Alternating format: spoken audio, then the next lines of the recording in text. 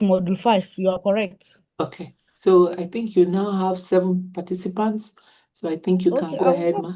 Yeah, I can go ahead. So, good evening, everyone.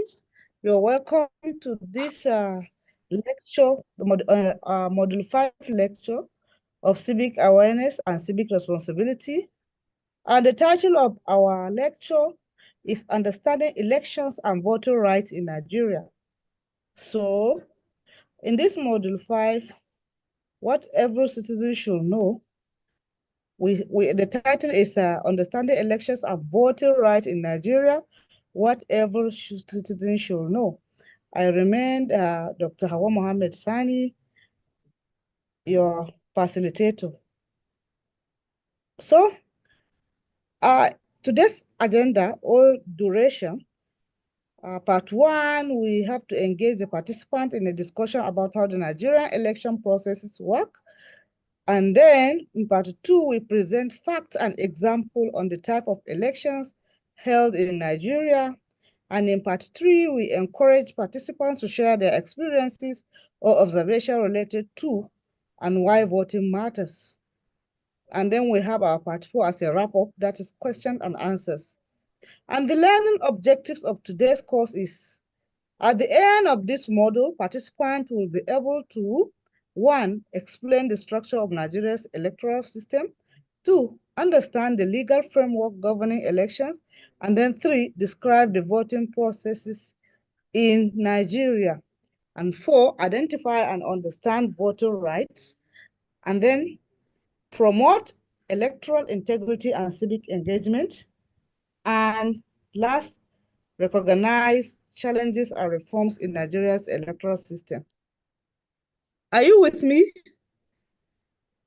Class, can you hear me? Yes, we can hear you. Go ahead. Okay, yes. Thank you. Yes, we can hear you. Good evening, ma. Good evening, how are you? Thank you. Fine, ma. So the introduction goes like this. In a nation as diverse and dynamic as Nigeria, the right to vote and participate in elections is more than a civic duty. It is a pathway to real change. Yet, despite decades of democratic practice, voter apathy. What do I mean by voter apathy? Who can tell me what is voter apathy? My class, you don't remember? Yes, ma. Yes, ma. Voter what do apathy. I mean by voter apathy? Yes? Yes. Unwillingness of qualified voters to exercise their franchise. Yes, that is it. Not registering to vote, not voting, or we can say disengagement. All these are what we call voter apathy.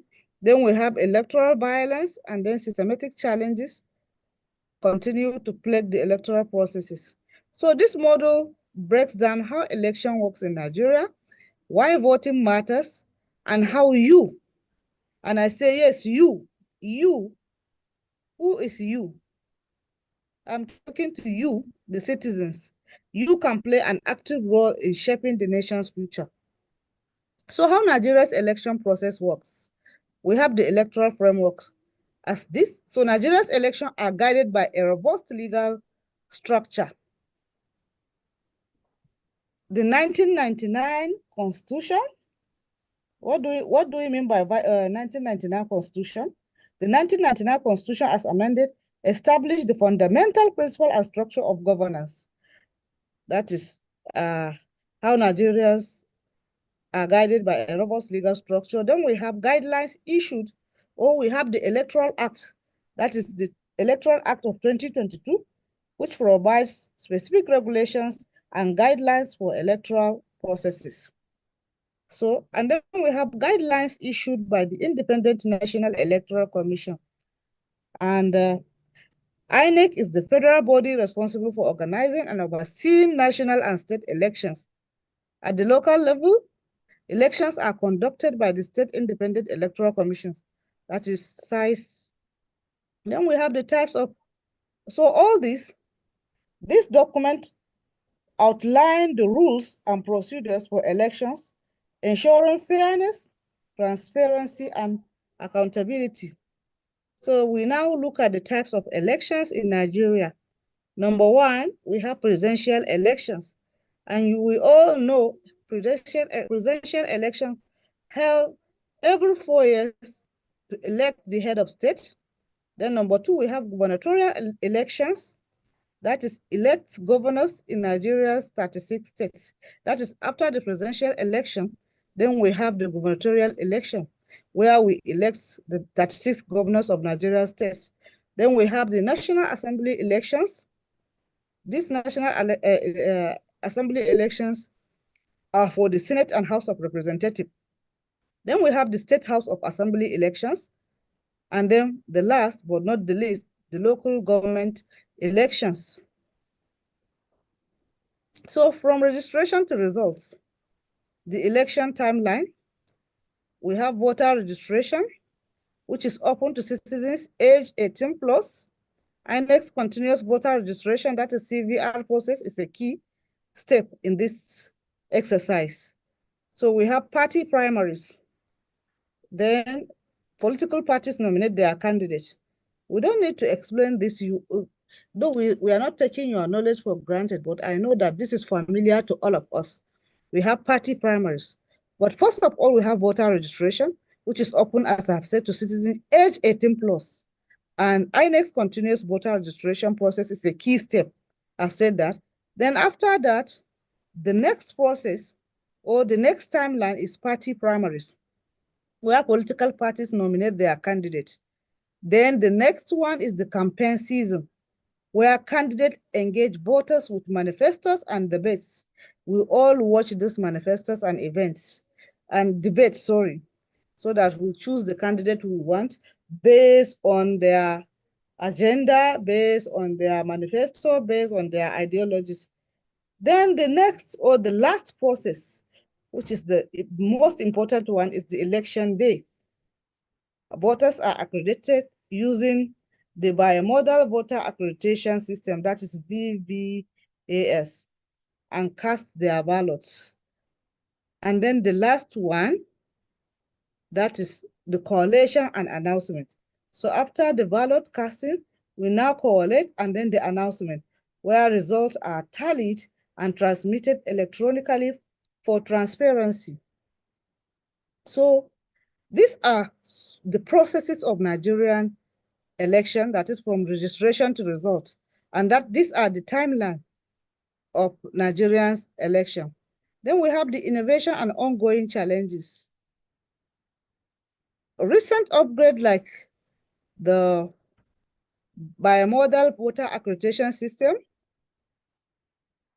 real-time result upload, and online registration are transforming Nigeria's election. But real issues remain. When I say real issues, I mean real issues. Number one, we have voter suppression and intimidation, vote buying, electoral violence, disenfranchisement due to poor logistics, insecurity, especially in the Northeast and Northwest.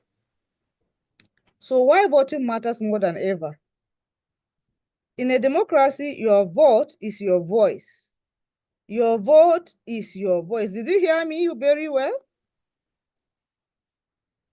Class, are you with me?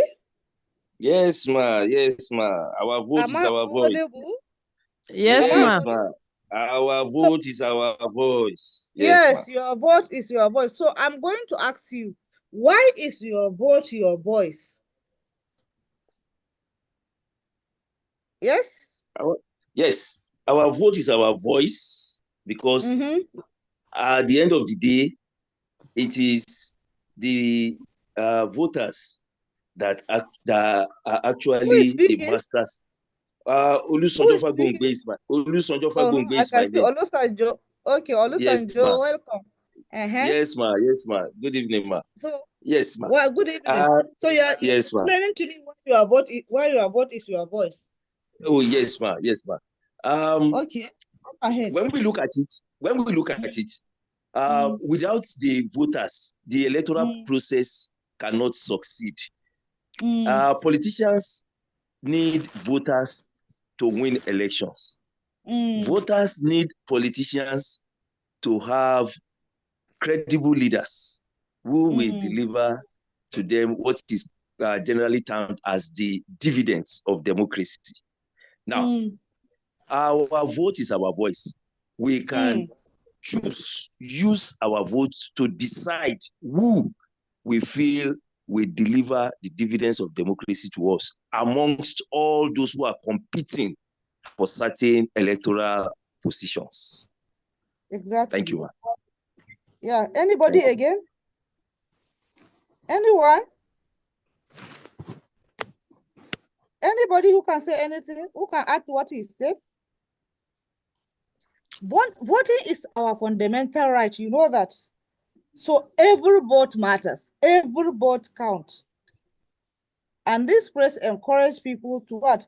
To exercise their right to vote, making their voices heard and influencing the direction of their society. So that is why we say our voice counts.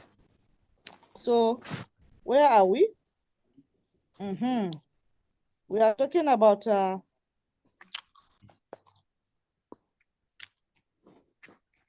where are we? Okay, we are talking about why voting matters. So now, legitimacy of government. Government derives legitimacy from the people. So voting is how you approve or disapprove of leadership and policy direction. Voting is how you approve or disapprove of leadership and policy direction. Can you hear me? Okay, can you hear the noise in my background? Yes, ma'am, we are hearing you, ma'am. We can hear you, Dr. Sani. Just go ahead. It's going very well. Yes. Okay. Then we have peace and stability. Elections offer a peaceful way to change power. That is why we say voting is our voice. So election offers a peace. What? Elections offer a peaceful way to change power. The more credible they are, the less likely the country is to face political instability. So once you have a vote, once you have your voice, then you also have peace and stability. Your vote can also influence the policy. Your vote can also influence what the policy.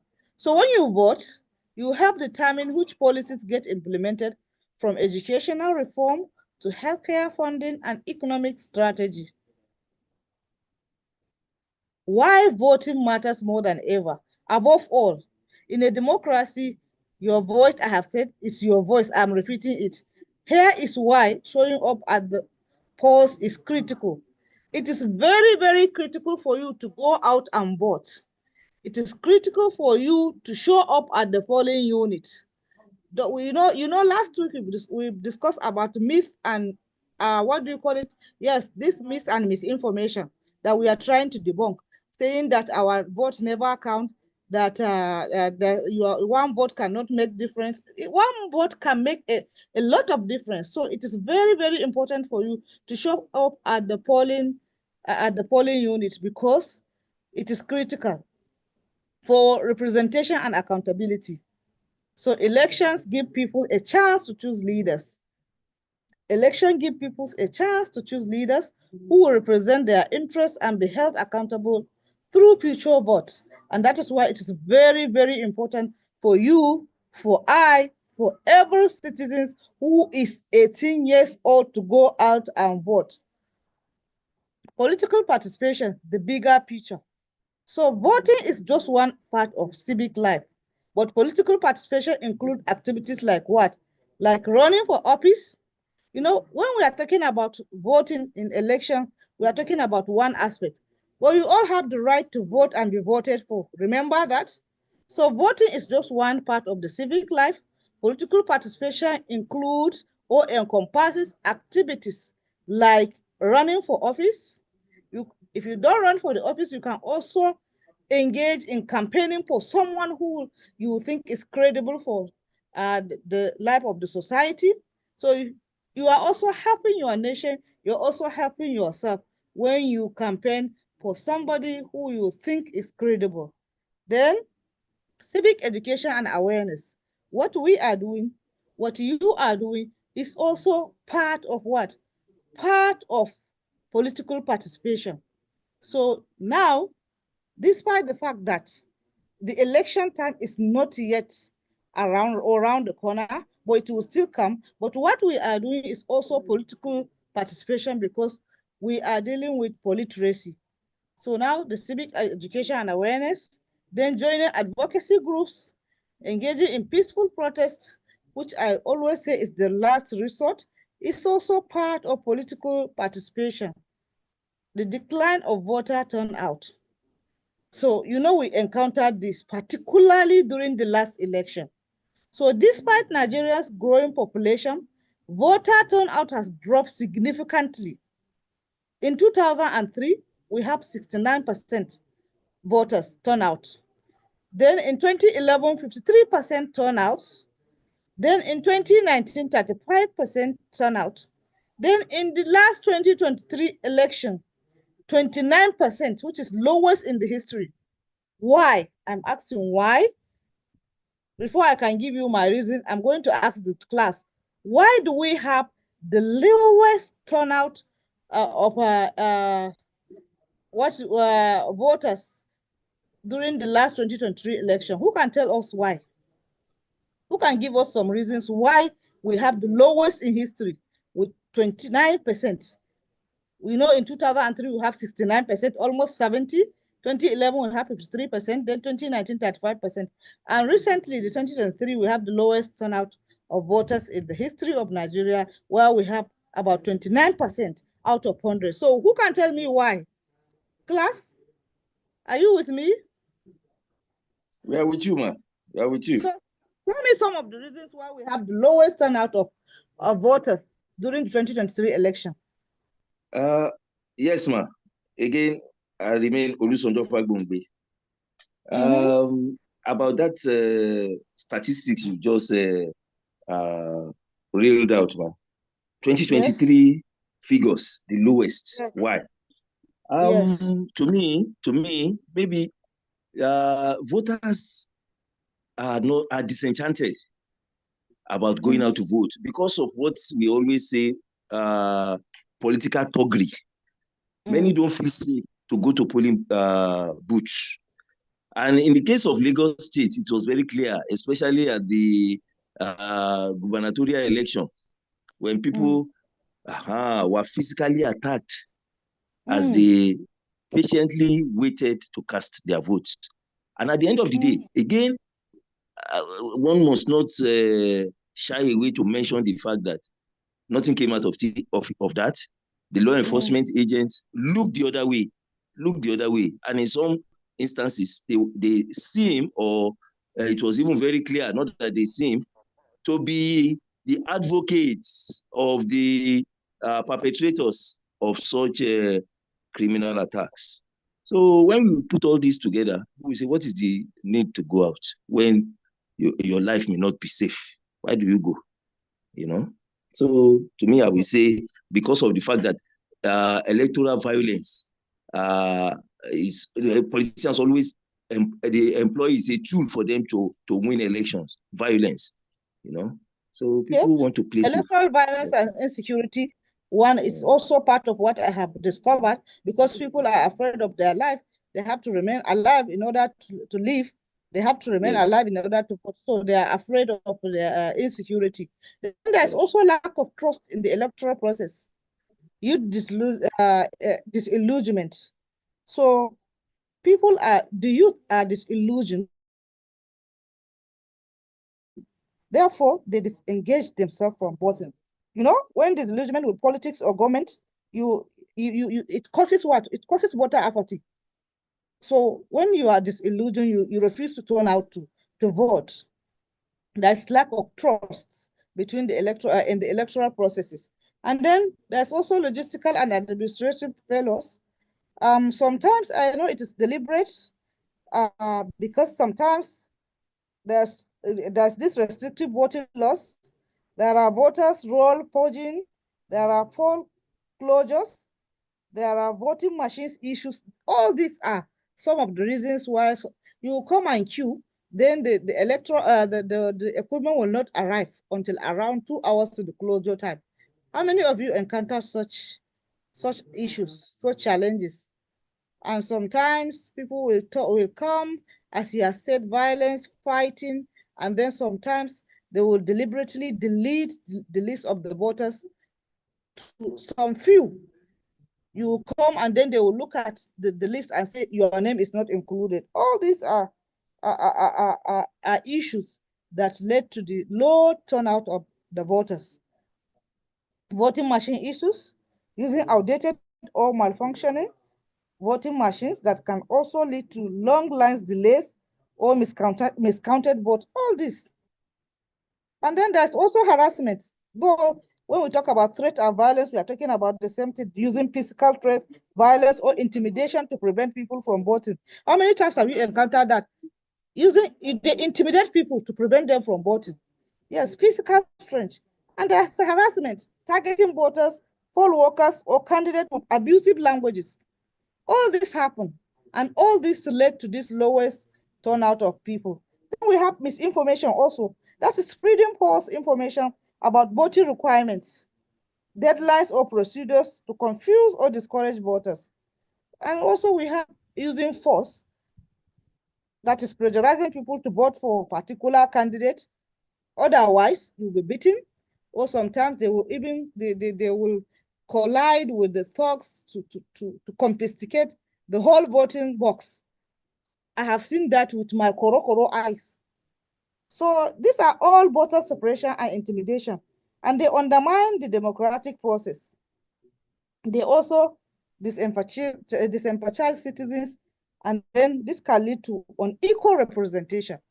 So if we can solve this problem, I think we will have a better turnout of people in the next election. Then youth and women are the sleeping giants. Youth and women, and I call them the sleeping giants. With over 60% of Nigerians under the age of 30, young people have the numbers to reshape what? To reshape elections, yet their participation remains low. The same goes for women, who, despite forming nearly half of the population, hold only a fraction of elected positions. So it is time for these powerful blocs to rise, not just as voters, but as candidates and change makers. So how do you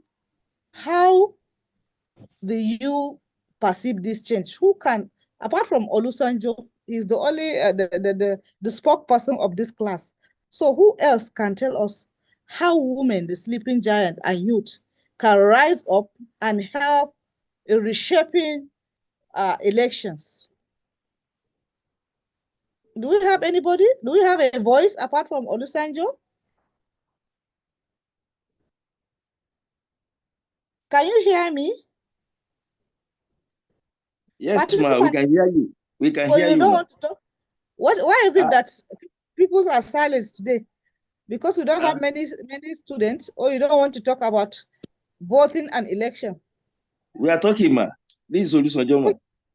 Olusanjo, you are the only person that is talking. You are the spokesperson of the class. You are the class rep. Yeah, the spokesman.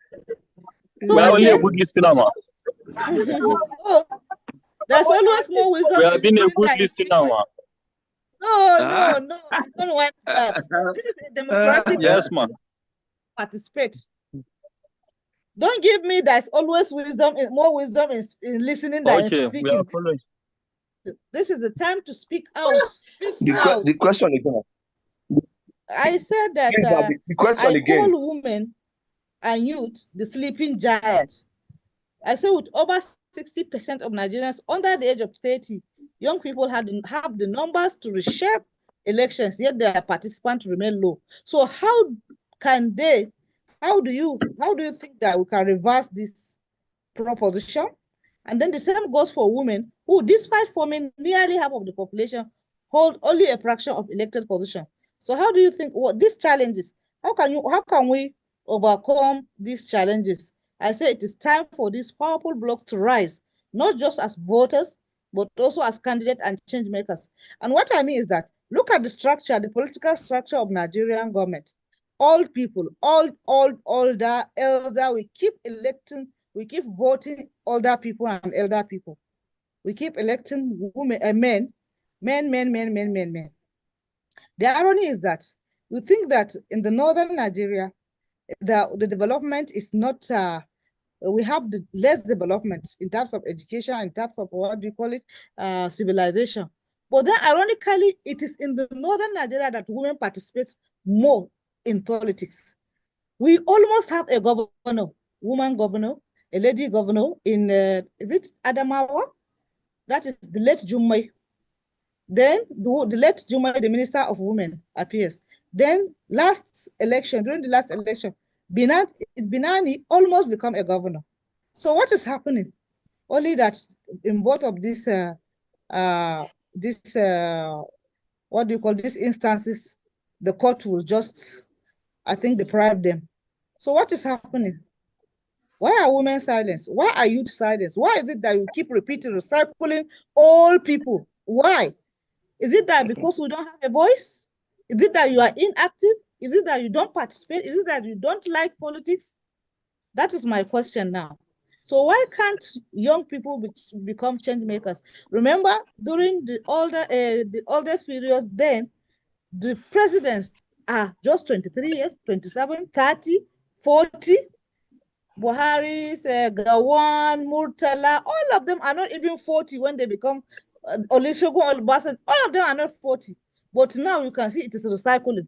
Recycling, 70, 80. You don't even have a president that is 60-something. So what is happening to you with the youth? What is happening? That is what I want to hear. What is happening to you? Yes. It is when our vote begin to count in Nigeria. That's when everyone will participate in government, in politics, sorry, by voting. Because all this while is like voting. Yes, I said it is when our vote begins to count. It is when our vote begins to count. That's when everyone will participate in politics. But because by looking at things, our vote doesn't count. Because even after witnessing many votings, you are even in a collection center or voting center, you are still there and they're announcing results. How are we going to improve that? Because everyone is discouraging with the things they are seeing. So don't be discouraged. They are hijacking the votes. Don't be discouraged. Become resilient. Be resilient. Be resilient, because believe me, if you are discouraged, that is what they want. So you have to become change makers. Don't be discouraged. Don't refuse to go to the polling booth. Instead, it is now that they will make you think of going there, whether they like it or not. Please don't be discouraged. Get started. Continue, I would say. Build that resilience. Don't be discouraged, because that is what they want. Believe me, if you are discouraged. With the issue at hand. Yes. The issue at hand. Yes, with the issue at hand, with the chairmanship election conducted in most of the states, we can see it is done by consensus, thereby selecting their so-called people, which we don't have rights to vote. On getting to even the polling center, I was one of the electoral member. On getting to the polling center, we haven't even started conducting election. Our results are being announced. How? When? We don't know. So if really our leaders will help. But there are instances where our votes count. So if you look at those instances where truly our vote counts, then that is enough to not discourage us to stop going to the polling unit to vote. And I think the major thing that we should do, we need to find a way to hold our lawmakers into account. We need to have that, to start recalling them. If we can start recalling them with genuine reason, I think that will solve a lot of issues. And we need to start to find a way to hold our executives into account while they are in office, not to wait until when only the voting or the election comes.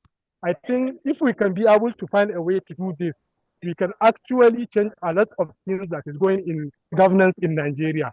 That too much power the executives are having is really an issue. If you can have a reform whereby the executives can be taken into account even while they are in office. And if we can also find a way whereby they cannot buy votes, because truly votes count in many, there are many examples. Buhari comes in 2015 because votes count. We have many instances in Kano. Shekaro comes because votes count.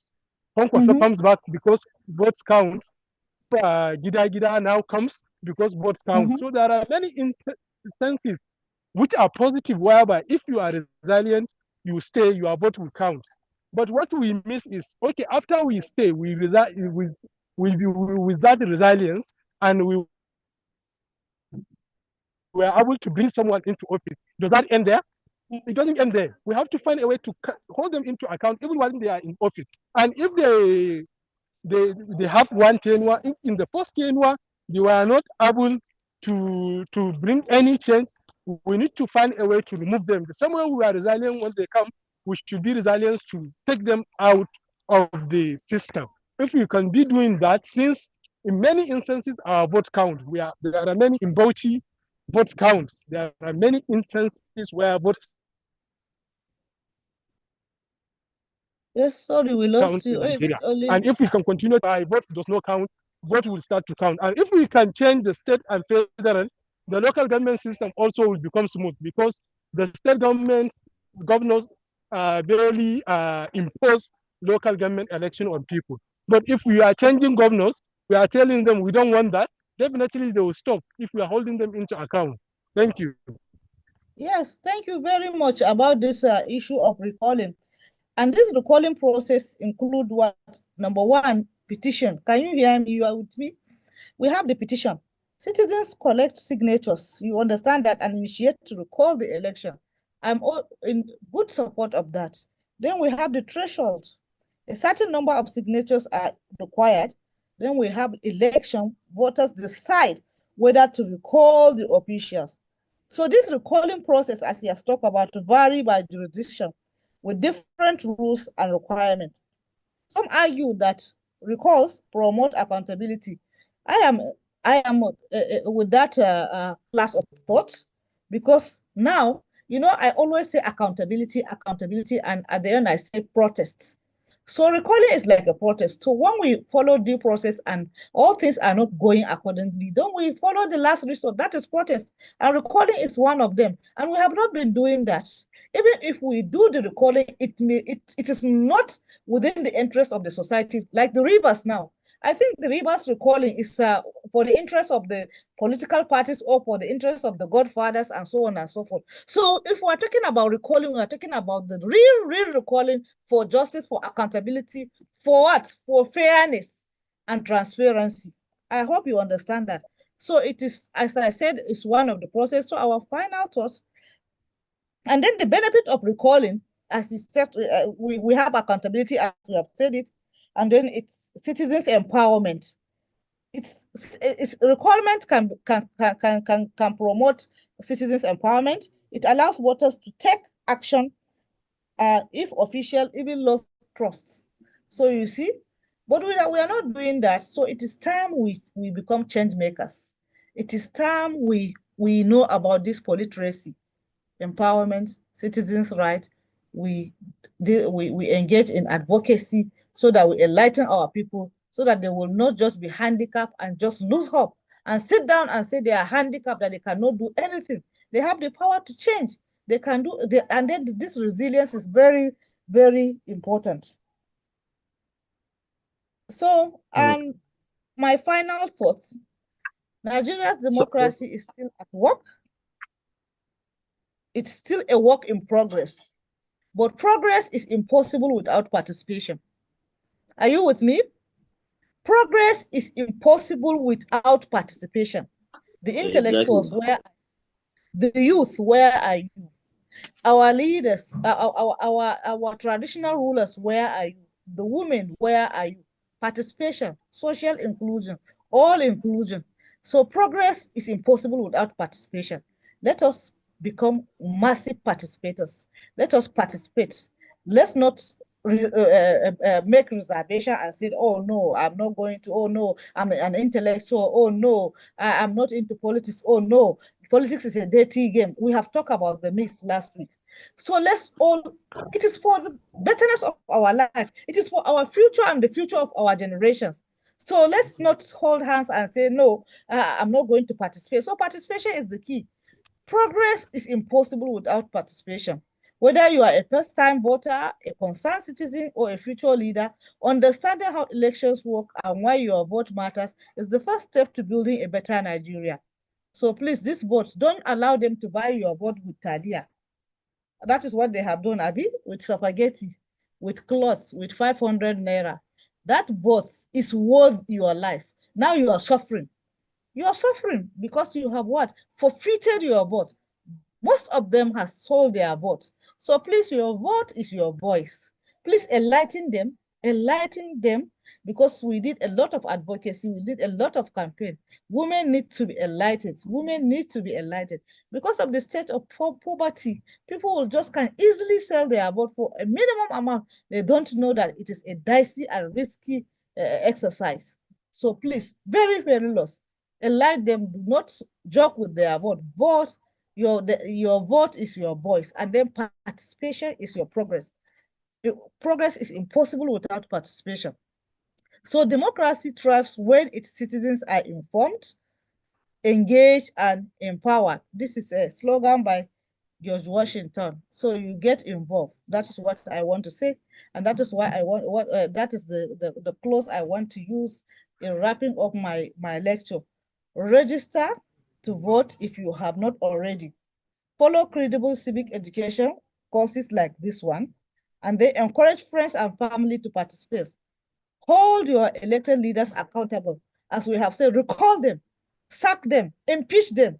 Maybe in my classroom, when I'm teaching, when I have a classroom who is not active, who is passive, I used to tell my students, this is a democratic war. Impeach them. You are the one who elected him, so you can also as well impeach him. I don't even use a polite word. I said impeach him. So please, encourage friends and family to participate so that you can hold your elected leaders accountable. This time around is a quiz I have for the class to test yourself, which is very simple because even your kindergarten student can solve this. So we have a knowledge quiz, and you're going to answer this should serve as your assignment. You know, we are going to send the model for you, the slide, and we have the questions. I know that you can answer it within the twinkle of an eye. You can see them. They are here. That is what you are going to do. But before then, because this should serve as your assignment, a takeaway for you, then what further clarification do you need? Before our conclusion, I'm asking, do you need any further clarification based on what we have done under this model of understanding election and voting? Any question on that? Or any further observation or suggestion before we move to the conclusion? Your question and answers, your assignment or takeaway is in the form of what? In the form of a quiz, which is very simple. Even your children can answer it. But then, what further clarification do you? Yes? I have a question, ma. Olusanjo is my name, ma. Yeah, I know now. Olusanjo, continue. Yes, Olusanjo, yes, all ears. My question goes like this, ma. In the face of electoral violence as a tool of political success, what measures do you think that can be put in place to end electoral violence in Nigeria? What is electoral violence? Using talks now to chase away voters during elections, to steal ballot, as you have just said now, to steal ballot boxes, as you rightly said, you witnessed such incidents before. I witnessed the issue of chasing away people from the voting centers. So, and then nothing happens to those who were behind such unfortunate incidents. So, what do you think, sir, Ama? Because even some politicians will say what is important is for you to grab grab, make sure that you don't lose. Just grab ahead. The rest we meet in court. They will say we meet in court because they know there is nothing for you in the court. They say we meet in court. Okay, I understand violence. Nigeria, we cannot say that Nigeria is not far from. It's not a free violence state during election. It's not. So violence is always around. But we can take pre-election measures. We can strengthen electoral institutions. That's what I'm saying. Why should violence always be around? Why should there be violence because of elections? Yeah, so we can take pre-elections measures. We can strengthen electoral institutions. We can ensure independence, impartiality, and also what? And also capacity of electoral commissions. And then we can also use voters' education as we are using now. Voters' education. This literacy. So we can educate the voters on electoral process, rights, and responsibility. Then electoral law reforms. We can review it. We can give a sanction, a very big one. I remember that Buhari once said that once they catch anyone snatching ballot, they should shoot him. Why can't they maintain that? That's the question. That's it, man. Yes. Thank you, ma'am. Yes. Why can't you implement that? Yes.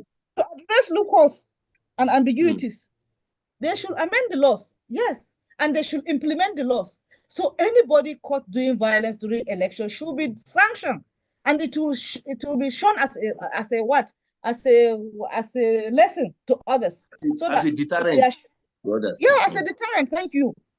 And then during the election, deploy impartial security forces.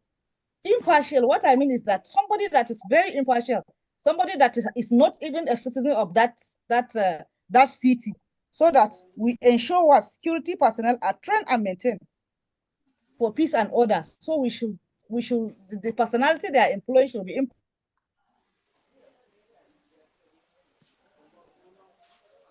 impartial. And then we should also, it doesn't work, but sometimes it does. And then quick response to mechanism. Whatever happens, we should have very, very quick response. Establish system to rapid responses on electoral dispute and violence. So if we can do that, I think. And then even the post-election measures, we have transparent dispute and resolution. If we can have a transparent dispute and resolution, it will help in avoiding violence during the election. And then also accountability for perpetuators. Hold those responsible for electoral violence accountable. Hold them. Who are the godfathers? Who are the people behind it? Hold them responsible. Punish them. Sanction them. I think if we are doing that, I think we will have, we will really have a healthy and violence-free election. And then I said peace through peace linguistics. I remember I have given a lecture during in the 2023, I think, election about violence-free election, and I say we should use the traditional rulers, the religious rulers, and then peace linguistics. So sometimes our words triggers this violence. So if we can control how we talk, if we can talk, we can use non-violent communication components. I think it will solve also some of the problem. Then the long-term measures, we have to promote democratic culture. Just like this one we are doing, encouraging the civic engagement, tolerance and respect for democratic values. If we can do that for sustainability, it will be better. Then we can also strengthen the institution, build capacity of electoral institutions, judiciary, and security agencies, because these are the grassroots. These are the grassroots. If we have them, if they are healthy, if these institutions are healthy, believe me, we will have a violence-free election. You understand what I said? And then yes, we can also address the underlying issues, the socio-economic and political grievances that may constitute this electoral violence. You know, we have to address them. Poverty, yes. Ignorance, yes. They are also perpetuators. So we have to address the actors before we can now have the solutions to before you can eradicate the violence during the election. I hope you are satisfied on those things. Yes, ma. Yes, ma. Thank you so much, ma. Thank you so much, ma. Yeah. Thank you, ma. So we have to address the grassroots, the actors, before we move to the perpetuators. Yes, ma. You understand me? So if we don't entrench in ignorance. You are not poverty. If there's zero poverty, I think violence will have zero violence during the election. But no, these socioeconomic factors are also perpetuated. So we have to look at all the factors from all angles so that we can have a violence-free election. Any other question again? Thank you, ma. Thank you, ma. Okay. Good evening, ma. Good evening. How are you, Taiwo? Fine, I didn't hear your fine, voice. Yes. Yes. Thank you for the lecture tonight. And one thing that has resonated with me based on what you have given us the lecture tonight is for us to reemphasize the power of advocacy. It's a very powerful tool. Exactly. 2023 election, yes. I led some youth with my organization. I went one-on-one. You'll be imagining thousands of elite youths who have never voted in Nigeria, who do not even have PVC. And we are shouting change. I don't want to effect change when you don't have PVC. It's like we're deceiving ourselves. Advocacy, we need to invest, if possible, trillions of dollars in advocacy. So many people have PhD. Are we dealing with dollars? No, we are dealing with Naira. Are you outside? No, I'm just, are you not, no, that's a are you in Nigeria? We are dealing with Naira, not dollars. You know, even, I know. I mean, we need a lot of resources. Even little, I saw, you know what I did? I went to INEC in Lagos. I was so passionate about it. I collected the number of the electoral officers of each local government in Lagos State. And I was calling them that I'm bringing people to young people to your office. They must not leave until they register. And we got massive results. And because I was amazed that I never knew that a lot of us have this apathy and electoral illiteracy. It's very hard. Yes. But in fact, if you are not on the field, people who are not on the field won't understand what I'm saying. You would think that that man that has PhD understand the electoral process. They don't. Yes, they don't. They don't. So that advocacy, we need to re-emphasize it. A church to a church, a mosque to a mosque, a market to a market. Somebody is asking the question on the group, how do we go to the rural village? Let whoever understands the rural language go to rural village and tell them why they should get their PVC. They don't know. They don't know. Because they have that fear that if I vote, it will not count. If I get PVC, if I register, they will not give me. But we must tell them that I will follow you to the INEC office. I want to see the INEC that will not allow you to register. So we'll boost their confidence through this process. And gradually, Nigeria will be liberated. God bless you, ma. Yes. Thank you so much. Thank you very much. He has touched the one crucial basic indices in building in building good democracy. He has talked about advocacy, which is raising awareness, informing voters about key issues, about candidates, about policies. It's very, very important. It's also, when you talk about advocacy, you are talking about influencing public opinion that is shaping the voters' perception and attitude toward candidate or toward issue or toward voting itself. Because some of them, as you said, that they lack this politeracy. You know, we talked about politeracy last week. So advocacy is very important. It also promotes voters' engagement, as he has said. Because without this advocacy, you cannot encourage the citizens to participate in the electoral process. But by advocacy, you can promote voters' engagement. You see the amount or the number of people that's encouraged. It's also, you can also be, that advocacy can also promote holding candidates accountable. That is, pressuring candidates to address specific issues on politics. So effective advocacy can contribute to a more informed electorate and a more democratic process. So this is what we are doing. This even civic engagement is advocacy. So it's just like I have said the other time, 1 to tell 2, or 1 to tell 10, and 10 to tell others. If you remember the song of the famous Rarara, you say 1 to tell others, 10 to tell others, 1 to tell 10. He's speaking English, but you didn't know that he's speaking that. So it's even the musicians have greater influence. So we can use them to galvanize people, to advocate for voters' right, for voting, the importance of voting, the importance of voting the right candidates, and so on. The importance of looking at what do you call it, over money. You choose, I don't know what to say, but you know what I mean. You do not choose money over your life, because I call this life, this voting, this election, this choice of good leadership and good governance is our life. Otherwise, we will be the one to suffer, and our generation, the entire generation. So for sustainability, advocacy is very important. Somebody talk about recalling, because believe me, once you do punishment and reward are very important in any aspect of life. You reward, you punish, and you appreciate. So all these are methods. I'm glad you have talked about it. Please, you do not stop here, as he has said. Please, it's our duty, it's our responsibility to go about enlightening people, making them aware of what is going on, making them aware that their voices are their voices. So in conclusion, I will say that democracy is not something that happens, just at election time. It is not something that happens just with one event.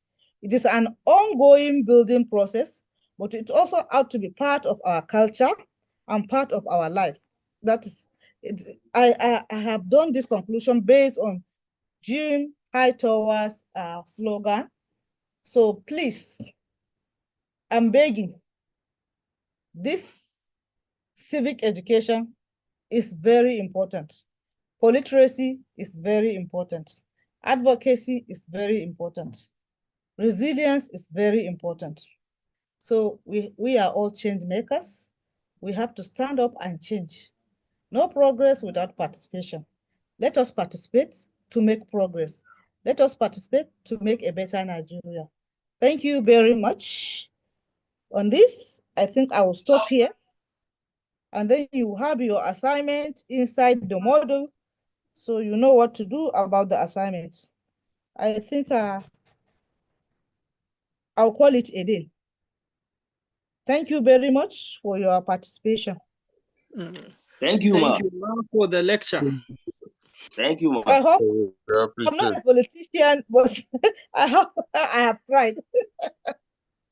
It's very well. just like it is. Yeah, it's just like You did, ma. You have done well. Okay, thank you very much. It's the patriotism in me.